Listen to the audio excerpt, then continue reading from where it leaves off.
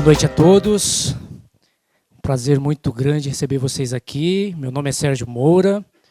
Em nome de Edições Vida Nova, eu quero dar boas-vindas a todos. Agradecer por participarem desse momento tão importante para a editora e para o Jonas. Jonas Madureira trabalha conosco lá na editora já há 10 anos. Tem contribuído bastante conosco lá. E o livro é uma contribuição bem grande, né? Não só para a editora, como também para toda a igreja brasileira. E foi uma expectativa muito grande lançar esse livro, porque o Jonas há 2 anos e meio, né, Jonas? Já vem trabalhando esse tema em palestras, em pregações, em aulas. Então, por todo canto que a gente anda aí no Brasil, todo mundo sempre perguntou, né? Poxa, quando sai o Inteligência Humilhada, né? E a gente pode ter certeza que foi um livro muito bem trabalhado pelo Jonas. Um livro bem caprichado. E queria falar um pouquinho dos bastidores desse livro, né? De um fato interessante, vários fatos, né? A gente viajava muito juntos e sempre vendo o Jonas ali com os manuscritos, trabalhando o livro, pesquisando, lendo muito. E em junho do ano passado, nós estávamos com o Dr. Shed viajando para Fortaleza, né? O Dr. Shed já não estava muito bem de saúde. E o Jonas tinha me dito antes que gostaria muito que o Dr. Shed prefaciasse o livro, né? E eu lembro que naquele dia nós chegamos em Fortaleza e estava no quarto com o Jonas. Eu falei para o Jonas, Jonas, olha, se você quer o prefácio do Dr. Shed, você vai ter que pedir agora. E a gente sabia que o Dr. Shed ele só faria esse prefácio se ele visse o livro inteiro, né? E o Jonas estava terminando o livro. Nós descemos, fomos até uma livraria que tinha lá, que conseguia fazer a impressão, eles imprimiram, encadernaram, e o Jonas entregou para o Dr. Shed. Foi bem bacana ver como o Dr. Shed recebeu o manuscrito ali com alegria. E depois de 2 semanas, Jonas, 2 semanas o Dr. Shed já tinha entregue o prefácio para a gente, né, para a editora. E é bem interessante, porque o Dr. Shed chegou a ler a dedicatória que o Jonas já tinha colocado naquele manuscrito, né? E a dedicatória está no livro, eu vou ler para vocês. Ao Dr. Russell Shedd, uma prova de que a inteligência humilhada não é apenas um conceito. Agora está em memória, né? Mas o Dr. Shedd pôde ver essa dedicatória. Eu vou ler aqui um pedacinho também do prefácio. O Dr. Shedd diz, li este livro com grande prazer e interesse do início ao fim. Passo a passo descobri que inteligência humilhada não quer dizer de modo algum a aniquilação do intelecto, mas sim a afinação deste com as Escrituras. Nossa fonte infalível de conhecimento sobre o Deus Criador dos céus e da terra. E no final ele diz, trata-se, enfim, de uma grande contribuição ao acervo da teologia brasileira. A qualidade da argumentação, a solução de problemas desafiantes para a mente humana e a habilidade de escrever de modo claro e atraente levam-me a recomendar este livro que com certeza será enriquecedor para todos os que se empenharem em lê-lo. O Dr. Shed, todos sabem, né, foi o fundador de Edições Vida Nova, quem nós tivemos o prazer de andar com ele um bom tempo, e para a gente foi uma alegria ele ter feito esse prefácio, né, ter lido esse livro, né?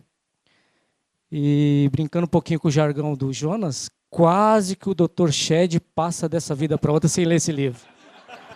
Quase, faltou pouco.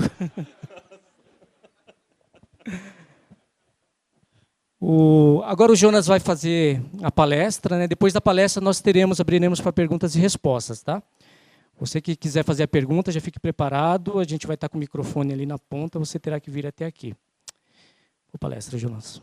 Bom, obrigado, Sérgio. Quero, em primeiro lugar, agradecer Edições Vida Nova por essa oportunidade de poder publicar esse trabalho de um longo tempo, né, de estudo, de reflexão. Também tenho motivo de muita alegria pela minha família, em especial minha esposa, meus filhos que estão aqui. Então, esse é um motivo de muita alegria. Sem eles, esse livro não teria acontecido, não chegaria a termo, com certeza. Agradeço aos meus amigos aqui presentes, né? Tem muitos amigos, isso é muito legal poder hoje compartilhar com vocês a alegria dessa publicação. Então, encontrar aqui alguns alunos, alguns colegas de curso de filosofia, né? Amigos de longa data, né? Então é muita alegria mesmo para o coração. Muito feliz de poder compartilhar esse livro com vocês. E agradeço, sobretudo, né, a Deus pela oportunidade, né, de submeter o pensamento a partir da própria existência, da sua própria existência. Eu acho que eu não poderia começar a falar um pouquinho desse livro, queria apresentar um pouco desse livro, sem antes começar agradecendo a ele. Não é? Justamente porque a proposta desse livro é quebrar com toda a timidez que possa, de alguma forma, representar uma espécie de atitude temerária ao falar sobre Deus, não é? No aspecto, por exemplo, num contexto público como é o que a gente está aqui. Então, me parece que isso ofende hoje, ofende você agradecer a Deus a produção de um livro numa livraria, não é? Num contexto como esse que a gente está. E eu acho que isso é parte de um trajeto ao longo da história que enclausurou o pensador cristão, não é? Para um universo estritamente religioso, do qual ele só pode falar de coisas religiosas. Não é? Então, ele não pode falar sobre absolutamente qualquer outra coisa, senão aquilo que está, de alguma forma, circunscrito na esfera religiosa. Eu acho que a gente conseguir abrir esse espaço para mostrar que é possível você ter uma convicção religiosa, ter uma convicção de fé clara, precisa, e ao mesmo tempo ser capaz de pensar temas não religiosos. Eu acho que esse talvez seja o maior desafio para um pensador que é cristão. E eu acho que esse é talvez o que está nas veias deste livro, né? Se tem algum sangue que corre dentro de um livro, eu acho que o sangue que corre nas veias deste livro é o sangue daquele que quer e entende, sem ter nenhuma timidez, sem ter nenhuma vergonha, né? Entende que pensar diante de Deus, pensar, não é, levando em consideração a existência de Deus, não é algo que diminui, não é algo que apequena, não é algo que limita o pensamento. Pelo contrário, a grande aposta desse livro é que a humilhação é exatamente o melhor lugar para se experimentar a profundidade do pensamento, para se experimentar e vivenciar o pensamento na sua maneira mais, eu diria assim, radical. Não é? Evagrio Póntico, que era um padre do deserto, ele dizia que a melhor e mais profunda, não é, intelecção que um homem pode fazer é a intelecção sobre Deus e diante de Deus. Então, boa parte das páginas desse livro é uma experiência exatamente de pensar, levando em consideração o estado de alguém que não quer se afastar de Deus para pensar, não quer se apartar da existência de Deus ou de pressupor a existência de Deus para pensar, mas pelo contrário, entende que a existência de Deus ela é fundamental como uma espécie de lateralidade para pensar, e não há nada de errado com isso. E a pergunta é, por quê? Antes de responder isso, eu queria, em primeiro lugar, mostrar um pouquinho do trabalho, de como foi isso aqui, né? Há uns 8, quase 9 anos atrás, eu tive a oportunidade de dar uma palestra, isso foi lá no Rio de Janeiro, em especial em Niterói, uma palestra para uma conferência teológica, e o assunto era exatamente esse, né? Inteligência e fé, fé e razão, existe alguma relação? Em que esteira de pensamento, de raciocínio essa relação poderia ser travada e poderia ser considerada? E eu já tinha tido um enfrentamento dos textos de Agostinho, em especial das Confissões, já há muito tempo. E eu tinha já meditado já longamente no livro 10, em especial nos capítulos 1 a 6 das Confissões. E aquilo ali mexeu de uma forma que tirou mesmo o foco de onde a gente estava, para onde a gente estava direcionando o pensamento. E eu entendo que esse encontro com Agostinho foi fundamental, porque ele não só desconcertou, mas ele deu um horizonte. Ele deu uma nova linha de raciocínio. E foi curiosa essa experiência, porque quando eu terminei de dar a palestra, que foi exatamente sobre o livro 10, e eu dei o título da palestra de Inteligência Humilhada, várias pessoas no final da palestra vieram falar comigo: poxa, Jonas, de onde você tirou isso? Eu queria saber mais sobre esse assunto. Eu falei: puxa, eu só tinha ali umas anotações, umas pequenas anotações. Tinha um rapazinho que ele perguntou assim para mim: posso ficar com elas? E eu fiz a loucura de dar para ele. Eu dei para ele e falei assim: não, pode levar. E aí eu fiquei pensando: mas puxa, todo mundo gostou e não ficou nada desse... Bom, esse rapazinho deve ter esse esboço dessa palestra em algum lugar aí, espero. Mas foi exatamente esse contexto. Surgiu, eu vi que muita gente procurou e quis saber mais. E eu falei: poxa, que interessante, teve uma reverberação. Comecei a aprofundar mais o tema e a ideia foi crescendo até que eu recebi um convite, não justamente porque essa palestra chegou, não sei como, em Fortaleza, ou seja, de Niterói, ela chegou em Fortaleza, de uma maneira que o Gadelha, que é o coordenador do seminário Charles Spurgeon lá, ele disse assim: Jonas, eu queria que você desse uma conferência aqui sobre esse tema, inteligência humilhada. E ele não pediu uma conferência só, ele pediu um curso de 10 aulas. Aí eu falei assim: eu aceito ou não aceito o desafio? Acabei aceitando o desafio e foi a oportunidade que eu tive de fazer um movimento que eu considero fundamental para esse livro. Eu acho que foi naquele exato momento que eu comecei a escrever o livro. Não é? Eu ainda acho que eu estou escrevendo ele e eu vou continuar escrevendo ele. Não é? Toda vez que eu vejo alguma coisa aqui do livro, eu falo: puxa, tem mais coisa para fazer. E o Sérgio olha para mim: não, acabe isso aí, entrega esse negócio. Mas eu ainda acho que ele vai ter desdobramentos mais para frente. Mas, enfim, eu peguei vários autores que tinham uma espécie de reverberação do pensamento de Agostinho. E então eu percebi que alguns desses autores ocupavam lugares estratégicos dentro do horizonte da reflexão ocidental. Então, são eles: Agostinho, o primeiro, logo em seguida Anselmo, depois de Anselmo, Calvino, depois de Calvino, Pascal, depois de Pascal, Doiverd. E foi interessante porque quando eu peguei esses 5 pensadores e coloquei eles como uma espécie de esboço para o curso, é interessante o fato de que eles ocupam aquela classificação talvez elementar da história ocidental, né? Idade Antiga, digamos assim, né? Até o final dela, que é com Agostinho. Idade Média, Anselmo. Não é? A gente pega Calvino, mais ali para a fase mais indo para a modernidade, não é? Humanismo, Renascimento. Não é?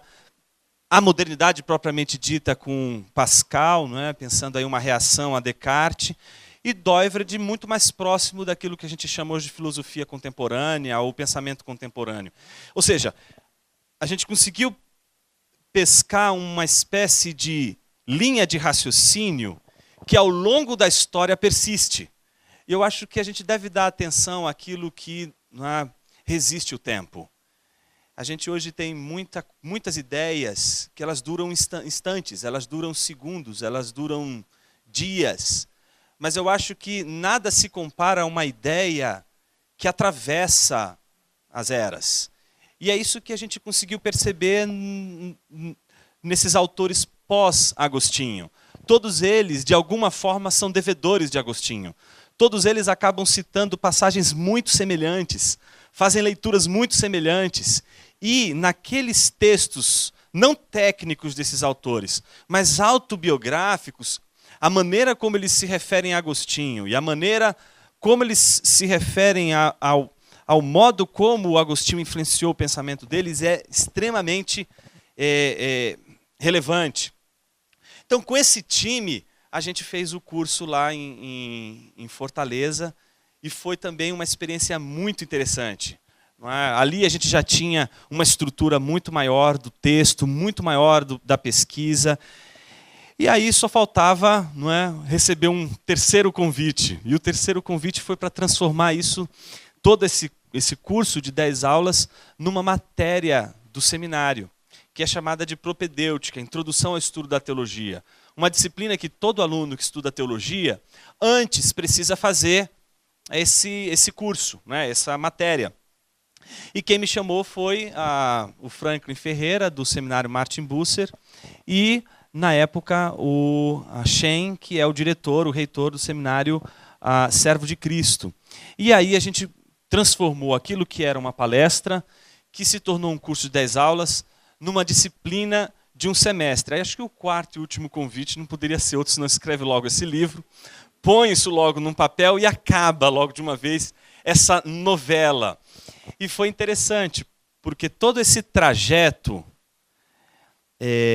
de reflexão foi construído numa espécie de luta. E essa é a outra parte, o outro lado do livro que eu queria pontuar como uma experiência pessoal na produção desse livro, que é a dinâmica da crise que eu vivia enquanto escrevia esse livro, mas não só enquanto escrevia mais recentemente, mas quando pensava ou preparava os cursos, né? Que é aquela famosa crise de alguém que se vê, não é, vocacionado na esfera religiosa, mas também se vê vocacionado na esfera acadêmica. E eu sempre me via nesse embate, não é, doido, né? O que eu sou? Eu sou professor de filosofia ou eu sou pastor? Eu sou alguém que está envolvido com pessoas religiosas, com uma comunidade religiosa, ou eu devo ser alguém que deve se envolver apenas na esfera acadêmica, nos cursos de filosofia e teologia? E essa luta, na verdade, ela é vivenciada nesse livro, e o resultado dela é um apaziguamento. Eu me lembro que em algum momento eu me questionava, peraí, eu vou escrever esse livro como um pastor ou eu vou escrever esse livro como um professor de filosofia? Não é? Como eu escrevo esse livro? Eu tenho que tomar uma decisão, eu tenho que escolher. Até que o livro me disse uma coisa: você não tem que escolher nada. Você é esses dois. Por que você precisa separar uma coisa da outra? Quem foi que disse que para você dar uma aula de filosofia você não pode falar sobre Deus? Quem foi que disse que numa aula de filosofia você não pode falar sobre oração? Quem foi que disse que você não pode usar filosofia enquanto ora? Quem foi que disse que você não pode fazer devocional, não é, com seus filósofos, munido dos seus filósofos, com eles ao seu redor? Quem foi que disse para você que essa regra é tão clara ao ponto de você ter que separar e criar um abismo entre pensamento e fé? Como separar isso? Para que separar isso? Isso para mim apaziguou de uma tal maneira que o que você vai ver é uma experiência nesse livro. Eu espero que você veja isso, né? Porque se confirmou pela primeira leitora desse livro, foi minha mulher, né? Ela foi quem primeiro leu. E o feedback dela foi exatamente aquilo que eu esperava. O que eu queria que o leitor desse livro encontrasse: a resolução de uma angústia. Que angústia? A angústia de alguém que encontrou a paz em não ter mais nenhuma dificuldade, mas nenhum pudor em falar de Deus na academia e em falar de Platão na igreja. Não ter nenhuma dificuldade em falar de Deus numa esfera pública, falar de Cristo na esfera pública, sem medo, sem nenhum receio de ser rejeitado, ou ser preterido, ou ser julgado, pré-julgado pela sua posição religiosa, mas tampouco se sentir inibido ao preparar um sermão, ou ao aconselhar um casal, ou conversar com um jovem adolescente na igreja, se sentir, né, travado por não poder usar ali nenhuma das literaturas que a filosofia nos oferece de uma maneira tão incrível, de uma maneira tão sábia e inteligente. Então, esse livro é a resolução que faz com que, em algum momento, eu espero que você se sinta numa sala de aula, em outro momento você se sinta num gabinete pastoral, em outro momento talvez você se sinta num curso, de um curso de filosofia. Não é? A experiência desse livro é a experiência de alguém que, antes de tudo, resolveu levar a sério a proposta de Agostinho. E é sobre isso que eu queria falar, caminhando para o desfecho da minha fala de hoje, que é a estrutura lógica desse livro. Se você tiver ele aí, quiser acompanhar, eu queria falar ele a partir justamente do esboço, o sumário. Não é à toa que o primeiro capítulo começa com teologia diante de Deus. Porque eu acredito que a gente pode fazer teologia de uma maneira negociada, principalmente no contexto que a gente vive hoje, não é? Onde a teologia ela é quase que a louca da casa, não é isso? Na universidade ela é a louca da casa. Procura aí as universidades públicas, famosas universidades públicas do nosso país. Procure os cursos de teologia em nossas universidades públicas. Não é? Certamente você não vai encontrar nas nossas universidades públicas um curso de teologia, mas você vai encontrar lá, no mínimo, a Suma Teológica de São Tomás de Aquino. Não é? Você talvez vai encontrar em algumas universidades confessionais, não é? A teologia, mas talvez com muita vergonha. A teologia envergonhada é aquele famoso, desculpa os que são apreciadores do curso, mas é aquele chamado curso Ciência da Religião. É a maneira da teologia ser aceita na universidade, não mais como a louca da casa. Por quê? Ela é uma louca, não é? Uma pessoa que fala que as pessoas andam sobre as águas, não é? Nascimento virginal, ressurreição dos mortos, não é? Vida eterna. Não, essa pessoa tem que usar camisa de força. Não pode andar, não pode ficar solta na universidade. Então o que se faz? Quando você tem a louca na casa, não é? Você pode deixar ela sair. Mas para sair você tem que pôr a camisa de força, né? Então você põe o nome de ciência que aí passa facilmente. Ciência teológica, ciência da religião, ciência da espiritualidade. Pronto, é a maneira de você batizar academicamente a teologia pagã. Ou seja, a inversão dos valores, né? É o baile de máscaras, onde a teologia ela é afastada do ambiente público, como se ela fosse uma louca, como se ela não pudesse falar absolutamente nada sobre as coisas da vida. Parte disso se deve, talvez, ao nosso entendimento caótico de teologia. E por isso que a gente, no primeiro capítulo desse livro, inaugura a teologia a partir de uma perspectiva de construção diante de Deus. E aqui eu queria recuperar, enquanto escrevi essa parte, a noção de teologia na segunda pessoa. Não é? Esse é um conceito do Helmut Tillich, que escreveu isso num livro de conselhos a jovens teólogos e pastores. E lá ele diz o seguinte, não é? A primeira vez que se fez teologia na terceira pessoa, e ele chamou essa teologia na terceira pessoa de teologia liberal, foi lá com a serpente, não é? No Éden, quando ela, em vez de orar, em vez de dirigir a palavra a Deus em oração, ela se dirige à mulher, não é? Falando de Deus na terceira pessoa. Então a ideia da teologia como um discurso distanciado, como um discurso em que se fala de Deus como se ele estivesse distante. Então Agostinho é o primeiro da tradição cristã a quebrar isso e a mostrar teologia, que se faz teologia diante de Deus. E o exemplo clássico disso é as confissões.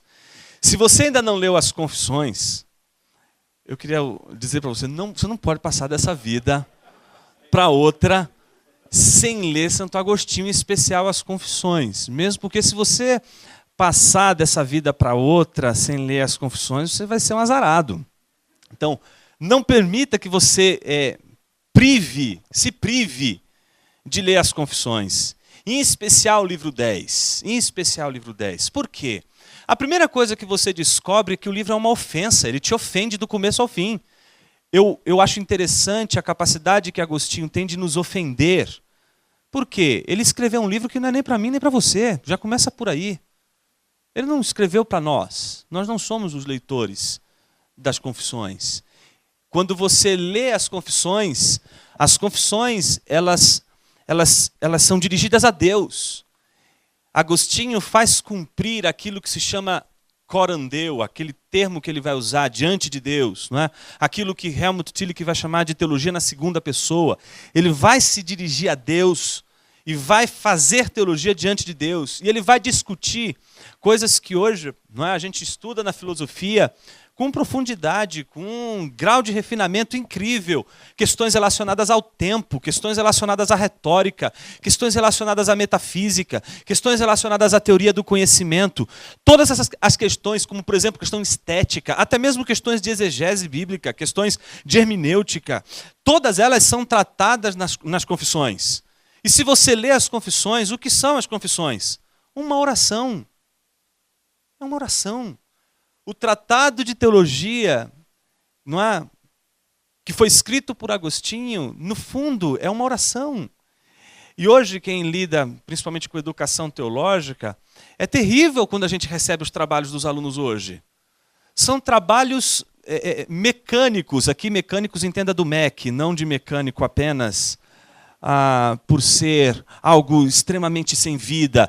Mecânico porque vem com aquela ditadura do academicismo, aquela ditadura do jeito de escrever que impede a gente de expressar o pensamento de uma maneira profunda, criativa, polida, refinada. Não, hoje a gente entrega trabalhos mediocrizados, trabalhos que vêm acompanhados de uma pobreza de reflexão, exatamente porque os trabalhos eles servem apenas como são os nossos muitos artigos que a gente usa para pontuar no famoso Lattes, não é?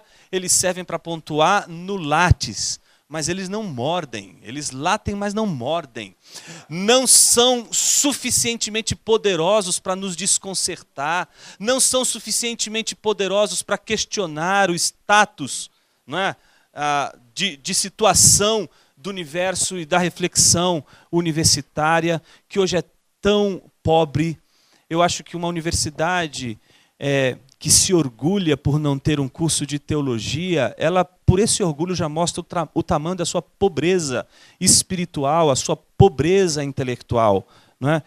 Quando você tem que, numa defesa de doutorado em filosofia medieval, o autor que você vai estudar é Tomás de Aquino, e você não pode usar o nome teologia, porque teologia é uma questão de fé, eu acho que a gente chegou no nível de absurdo onde não dá mais para a gente aceitar de uma maneira pacata e simplesmente modificar, não é? Então, como é que a gente faz com o estudo que a gente escreve sobre o Tomás de Aquino quando o título do livro dele é Suma de Teologia? Como é que a gente arranca da tese de doutorado a palavra de teologia quando o autor que a gente vai estudar usa um texto cujo título é Suma de Teologia? Então, por conta disso, a gente começou o livro fazendo uma crítica a essa mania de se fazer teologia, não é, na terceira pessoa, e de uma maneira em que ela é extremamente racionalizada.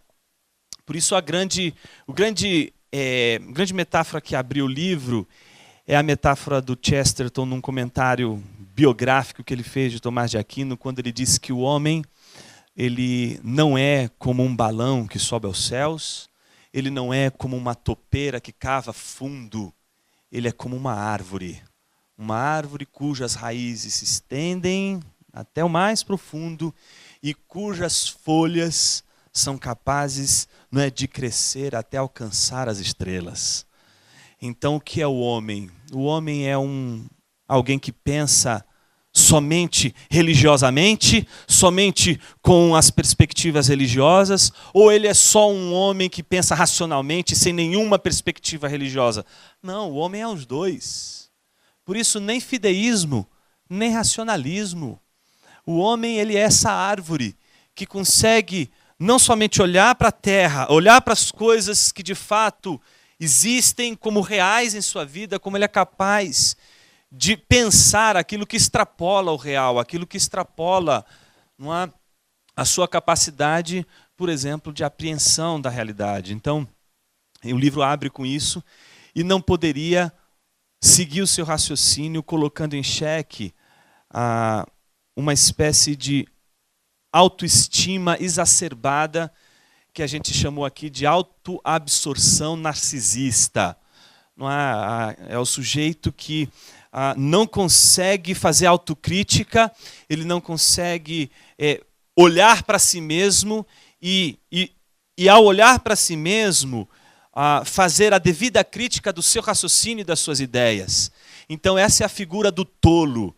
A figura do tolo é a figura do sujeito que é insuficiente, mas ele não é só insuficiente porque ele é incapaz de chegar ao conhecimento e ao entendimento de algo. Ele é, como vai dizer o capítulo 2, desgraçado, ele é miserável, ele é incapaz, ele é insuficiente, mas ao mesmo tempo ele é miserável, desgraçado, porque ele não sabe que é insuficiente. E essa é a tolice, né? A tolice, ela é um negócio difícil de lidar, não é? Porque ela inibe, inclusive, o diálogo. Mark Twain tem uma frase que eu acho deliciosa. Ele diz assim: nunca discuta com um tolo. Pode ser que não saibam a diferença.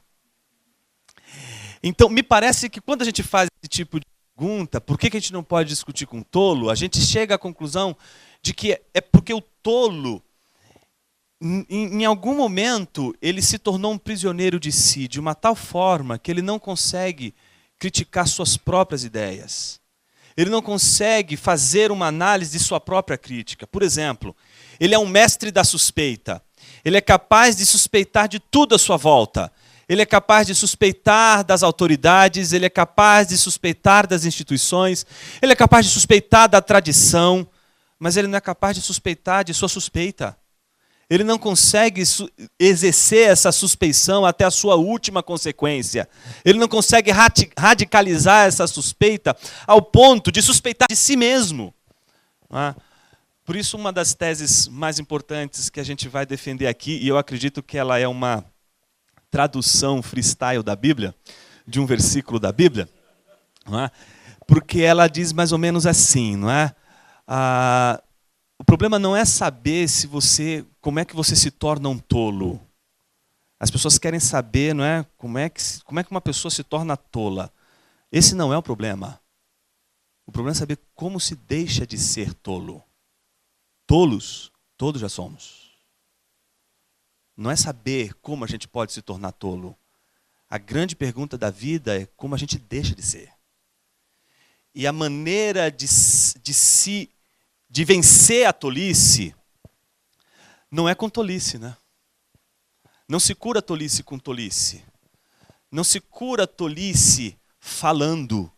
Se cura a tolice ouvindo. O sujeito que é incapaz de ouvir, ele é incapaz de vencer a tolice. A tolice é a tagarelice, é a capacidade de falar, e eu vou terminar o mais rápido possível para que eu não comprometa a exposição de hoje, não é? Porque a tolice não é outra coisa senão a capacidade de falar, e incapaz de ouvir, incapaz de se ouvir. Porque o mais importante é falar. Então, para o conceito de inteligência humilhada, a primeira barreira que precisa ser vencida é a da tolice. Porque é a tolice que nos impede de ouvir a mais importante voz, a mais importante palavra que alguém pode ouvir na vida. Essa palavra que se faz ouvir, não é? E que se faz ouvir ao longo principalmente de todo o percurso da cristandade, ela só é ouvida se a gente for capaz de aquietar, se a gente for capaz do silêncio. Então, me parece que hoje a capacidade de ouvir a palavra e de analisar essa palavra e de receber essa palavra, ela exige de nós, em primeiro lugar, a capacidade de deixar a tolice. E me parece que a tolice não é algo da qual nós conseguimos nos livrar sozinhos. Eu acho que essa é a grande diferença entre Platão e Jesus Cristo. ambos vão concordar que a libertação do tolo vem pelo conhecimento da verdade. Ambos entendem que é o conhecimento da verdade que liberta. Ambos entendem que o tolo ele está aprisionado no fundo de uma caverna. E enquanto ele não for liberto desse aprisionamento, ele não vai conhecer. No entanto, a diferença é que o Platão promove uma libertação que vem a partir do próprio sujeito. E me parece que essa libertação é uma outra maneira inteligente de lidar com a tolice, usando a própria tolice. Em contraste, o que Cristo vai nos ensinar através da palavra é de que, exato, Platão tem razão. Todos nós estamos presos à nossa tolice. Mas nós não conseguimos nos livrar da tolice por nós mesmos. Precisamos de algo mais poderoso e que seja capaz de nos livrar dessa tolice. Eu entendo que esse algo poderoso é algo que mostra o porquê as nossas universidades hoje elas estão tão pobres. Você olha para os universitários, são zumbis. Não existe mais encantamento. Não existe mais espanto. Não existe mais assombro. Não existe mais o apelo a algo muito maior. Algo que humilha. Algo que nos diz somos e nos faz perceber a nossa ignorância, a nossa insensatez. Não nos permitimos mais nos expor ao elemento que nos humilha. Mas não é o elemento que nos humilha meramente. Porque, no fundo, o que esse livro vai ensinar não é você a se humilhar. A última coisa que eu quero que esse livro faça com você é isso. Eu não espero de forma alguma que esse livro provoque em você uma espécie de comoção ao ponto de você li esse livro e agora vou me humilhar. Não. Esse livro quer mostrar para você que você já está humilhado, filho. Sua natureza já é humilhante. Ele só quer tornar você consciente dela. Você não tem que se humilhar. Você já é humilhado. A única coisa que a gente precisa é, de alguma forma, tomar consciência disso. Existe uma maneira de tomar consciência disso que eu considero ser libertadora. E para mim ela é muito libertadora. Principalmente levando em consideração alguém que estudou filosofia, atravessou o universo da filosofia e permanece nesse universo, mas agora talvez com uma outra perspectiva. Pensando o seguinte: por que os filósofos não oraram antes? Por que os filósofos não descobriram a oração antes? Eu acredito que, assim como Evagrio Pontico disse, o melhor tratado de teologia de um teólogo é a sua oração. Eu acredito que a maior obra de alguém que pensa sobre Deus não é outra coisa senão a oração. E a oração é uma coisa muito doida, não? Se você parar para pensar, a oração é uma coisa que te coloca numa situação, num contexto em que a sua racionalidade ela não pode ser destruída, porque a oração não destrói. Quando ela destrói, a nossa razão já não é mais oração, é qualquer coisa. Não é? E aí eu vou poupar vocês dos exemplos mais bizarros, não é? Porque não é isso. A oração não nos priva da razão, mas pelo contrário, a oração ela pode ser, e ela, quando é a experiência mais profunda da razão, ela se torna também uma maneira de se autoconhecer. Mas não se autoconhecer através dos recursos da autorreflexão, do sujeito que tenta encontrar o conhecimento de si em si mesmo. Não, mas é aquele que agora encontrou uma outra maneira de libertar-se da sua epistemologia narcisista. Eu encerro aqui com uma imagem que eu gosto muito. Ela me lembra, eu acho que essa imagem clara que o mito de Narciso ele evoca, né? A ideia de um sujeito que é apaixonado por sua própria imagem, que é apaixonado pelo reflexo de si mesmo, não é? E que padece pelo apaixonamento por sua própria imagem, o apaixonamento por si mesmo, né? Oscar Wilde ele escreveu um poema, chama-se O Discípulo. É um poema muito bonito. Eu não vou aqui dizer o poema inteiro, mas apenas uma linha desse poema que é a que me interessa aqui. Diz que um dia Narciso foi embora e o rio chorou a partida de Narciso. Então as flores e as árvores disseram: ó rio, por que choras a partida de Narciso? Então o rio disse: choro amargamente a partida de Narciso. E por que choras? Diziam as flores. Porque eu o amava, respondeu o rio. Então uma das flores lhe diz: mas rio, não sabes tu que todas as vezes que você se debruçava sobre as margens do rio, não era a ti que Narciso buscava encontrar, senão a si mesmo em suas margens? Então o rio suspirou e disse: sim, eu sei disso, mas era justamente nessa hora do dia que eu vi as minhas margens nos olhos de Narciso. Ou seja, o rio era tão narcisista quanto o próprio Narciso. Calvino ele dizia que o conhecimento que nós podemos ter de nós mesmos, ele está vinculado ao conhecimento de Deus. E eu entendo que é dessa maneira. De uma tal maneira que eu não vou conseguir saber quem eu sou se eu não souber quem Ele é. E talvez, sabendo quem Ele é, você não precise mais escolher entre ser pastor ou ser filósofo. Talvez você escolha ser os dois. E eu queria terminar com aquilo que eu considero a pedra de toque desse livro. Quem quiser acompanhar, está na página 323. Senhor, nada sou senão aquilo que tu queres que eu seja. Reconheço que não preciso de mim e dos meus recursos mais do que preciso de ti e dos teus recursos.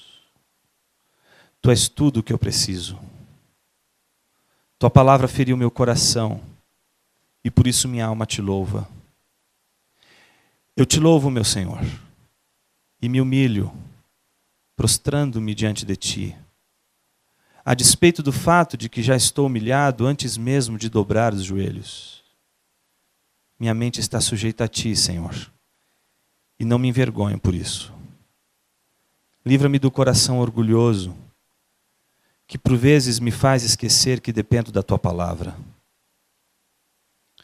Clamo a ti, para que não afaste de mim a tua graça, a mesma graça que me salvou e que a cada dia me torna tão consciente da minha insuficiência.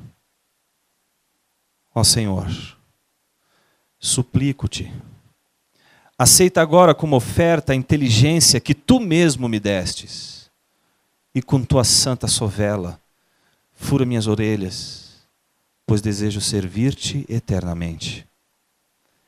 Minha alma suspira só de pensar que nada me impede, a não ser a minha indolência, de me alimentar todos os dias da tua palavra. É como se meu intelecto fosse como uma criança faminta e de mãos vazias, mãos sempre estendidas na posição de receber como dádiva o alimento diário que nunca lhe falta. Alimenta minha alma com tua palavra, Senhor, e não permitas que teu servo sofra pela ausência do maná celestial.